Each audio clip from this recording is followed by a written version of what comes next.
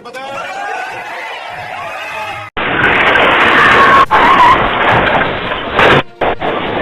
मेरे परिवारजनों, मैं आपके बीच से ही निकल आज यहाँ पहुंचा। कोई भी माँ खुद पेट बांध कर सो सकती है, लेकिन अपने बच्चे को भूख से पिलकता हुआ नहीं देख सकती। कि किसी गरीब को मैं भूखा नहीं सोने दूंगा। कर लो, कितना बड़ा डाका डाल लो, कितने बड़ा अपराध कर लो, इनकी पार्टी में चले जाओ, पूरा संरक्षण मिलेगा।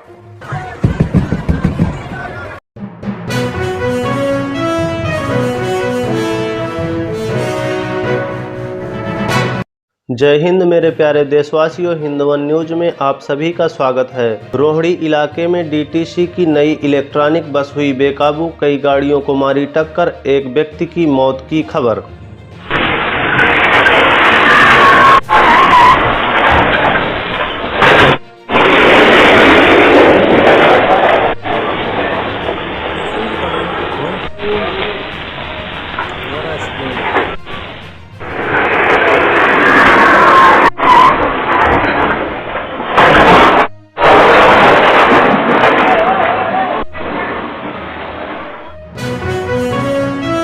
आज छत्तीसगढ़ की दुर्ग जनसभा में मोदी जी ने प्रधानमंत्री गरीब कल्याण अन्न योजना के तहत 80 करोड़ लोगों को मुफ्त राशन प्रदान करने की योजना को आगामी 5 वर्षों तक के लिए बढ़ाने की घोषणा की। मेरे परिवारजनों, मैं आपके बीच से ही निकल आज यहाँ पहुंचा। गरीबी की चिंता, गरीब की चिंता करना मैं मेरा जीवन धर्म मानता हूं। कोई भी मां खुद पेट बांधकर सो सकती है, लेकिन अपने बच्चे को भूख से पिलकता हुआ नहीं देख सकती। कोई भी पिता मजदूरी करनी पड़े तो करेगा, रात रात काम करना पड़ेगा तो करेगा, कोई भी काम करना पड़ेगा तो करेगा, लेकिन अपने बच्चों को भूखा नहीं देख सकता। लेकिन कोरोना महामारी में तो सब कुछ ठप पड़ गया था, पूरी दुनिया संकट में थी। तब मैंने तय किया कि किसी गरीब को मैं भूखा नहीं सोने दूंगा, और इसलिए भाजपा सरकार ने प्रधानमंत्री गरीब कल्याण अन्न योजना शुरू की। इस योजना की वजह से आज भी छत्तीसगढ़ के लाखों गरीबों को मुफ्त चावल और चना मिल रहा है। साथियों, प्रधानमंत्री गरीब कल्याण अन्न योजना सरकार के हिसाब से इस दिसंबर में पूरी हो रही है, लेकिन आपका ये बेटा जो गरीबी जी करके आया है, गरीबों के बीच से निकल करके आया है, ये आपका बेटा, आपका भाई, उसने एक और निश्चय कर लिया है। मेरे गरीब भाइयों बहनों, मैं देश के गरीब भाइयों बहनों को आज दूर की धरती से बताना चाहता हूं, मैंने निश्चय कर लिया है। देश के 80 करोड़ गरीबों को मुफ्त राशन देने वाली योजना को भाजपा सरकार अब अगले 5 साल के लिए और बढ़ाएगी। दिल्ली के मुख्यमंत्री अरविंद केजरीवाल ने हरियाणा के रोहतक में एक रैली में कहा, भ्रष्ट वो नहीं हैं जिन्हें प्रवर्तन निदेशालय ने सलाखों के पीछे डाल दिया है, लेकिन जो लोग ईडी के छापेमारी के बाद भाजपा में शामिल हो गए हैं, वे वास्तविक भ्रष्ट और करप्ट हैं। कर लो, कितना बड़ा डाका डाल लो, कितने बड़ा अपराध कर लो, इनकी पार्टी में चले जाओ, पूरा संरक्षण मिलेगा। आज क्या माहौल है? भ्रष्टाचारी कौन है? भ्रष्टाचारी वो नहीं है जिसको ईडी ने पकड़ के जेल में डाल दिया।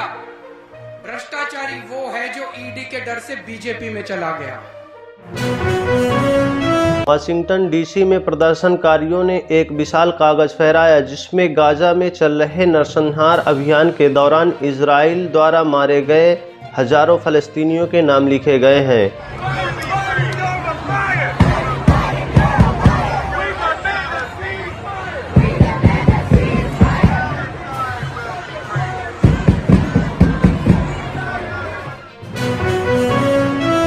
क्रिकेट के भगवान ने दी बधाई तो विराट हुए भावुक। विराट ने सचिन के वनडे में 49 शतक के रिकॉर्ड की बराबरी की है। सचिन ने ऐसा 452 वनडे पारियों में किया था, वहीं विराट कोहली ने 277 वनडे पारियों में 49 शतक लगाए हैं।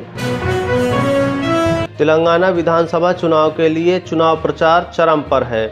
MIM चीफ असदुद्दीन ओवैसी ने आज नामपल्ली विधानसभा में घर घर जाकर पार्टी प्रत्याशी के लिए चुनाव प्रचार किया।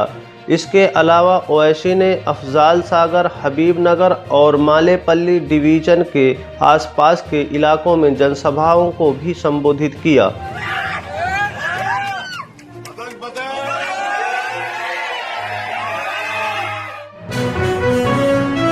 अवैध सट्टेबाजी के खिलाफ केंद्र सरकार ने बड़ी कार्रवाई की है। 22 अवैध ऐप और वेबसाइट पर प्रतिबंध लगाने का फैसला लिया गया है। सट्टेबाजी पर इलेक्ट्रॉनिक्स और IT मंत्रालय के इस फैसले के बाद नकेल कसी जा सकेगी। भारत बांग्लादेश सीमा पर 10 करोड़ के सोने के ईंटों के 7 तस्कर गिरफ्तार। BSF की बड़ी कार्रवाई। कांग्रेस नेता शशि थरूर ने कहा कि अगर लोग ऐसी सरकार चाहते हैं जो एक नेता के बजाय लोगों के बारे में सोचती हो, इंडिया इसका सबसे बेहतरीन जवाब है। सच कहूं तो ऐसा लगता है कि भारत के लोग भाजपा को एक कड़ा संदेश देने के लिए तैयार हो रहे हैं। मुख्यमंत्री योगी आदित्यनाथ ने रविवार को आगामी त्योहारों को लेकर अफसरों के साथ की बैठक और अयोध्या में होने वाले दीपोत्सव की तैयारियों की समीक्षा की। यूपी के हमीरपुर जिले में स्वास्थ्य विभाग की लापरवाही देखने को मिली है। यहां समय से एम्बुलेंस न मिलने पर मरीज को ठेले में लिटाकर ई-रिक्शा से बांधकर खींचते हुए अस्पताल ले गए। जिले में 108 नंबर की कुल 18 एम्बुलेंस व 102 नंबर की 16 एम्बुलेंस संचालित हैं, फिर भी मरीज भटक रहे हैं। PM बेंजामिन नेतन्याहू बोले, बंधकों की रिहाई तक युद्ध विराम नहीं। इजराइल और हमास के हिंसक संघर्ष को आज 31 दिन हो गए हैं। गाजा पट्टी में इजरायली सेना की कार्रवाई जारी है। इसी बीच युद्ध विराम पर प्रधानमंत्री बेंजामिन नेतन्याहू ने युद्ध विराम को लेकर बड़ा बयान दिया है। गाजा पर इंटरनेट सेवाएं बंद कर दी गई हैं। बगदाद में अल सुदानी के साथ ब्लिंकन की मुलाकात 1 घंटे से ज़्यादा समय तक चली। अमेरिकी विदेश विभाग के प्रवक्ता मैथ्यू मिलर ने दोनों की मुलाकात को लेकर एक बयान भी जारी किया है। इसमें कहा गया कि दोनों नेताओं ने इजराइल और हमास के बीच संघर्ष को रोकने पर चर्चा की है।